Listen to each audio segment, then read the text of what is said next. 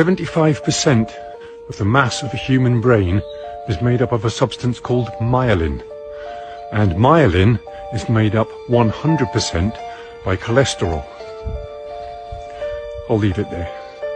On a separate and completely unrelated subject, Alzheimer's disease is a neurodegenerative brain disease which destroys brain cells.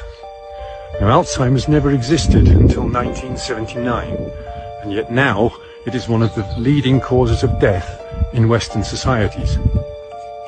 On a separate and completely unrelated subject, margarine was first invented in 1869 because Napoleon wanted a cheaper and longer lasting fat for his armies to travel with. It didn't gain popularity until the Second World War, when butter and other animal fats were scarce. It grew in popularity in the 50s, but by the 70s the animal fats in it had been replaced with vegetable oils, because obviously animal fats contain saturated fat and a lot of cholesterol, so they wanted to offer a lower cholesterol alternative. I'll leave it there.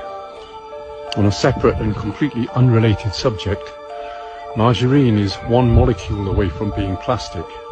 Now, as any chemist will tell you, one molecule can make a huge difference to the finished compound. Take ethanol and methanol, for example. One molecule difference, but very, very, very different results when ingested into the human body. Right? So I'll leave it there. On a separate and completely unrelated subject, a simple experiment to do at home is to take a slab of butter, a slab of vegetable margarine with no animal fats in, and a slab of plastic, and stick them all outside in your garden and have a look what happens. Very quickly, all the wildlife in the area is going to be attracted to that butter, from the flies and the beetles and the mini beasts, through the birds, the rodents, all the way up to the apex predators, foxes, badgers, bears. If there happens to be no other wildlife around, then bacteria and mold will very, very quickly consume it, because it's easily digestible for all organic life forms.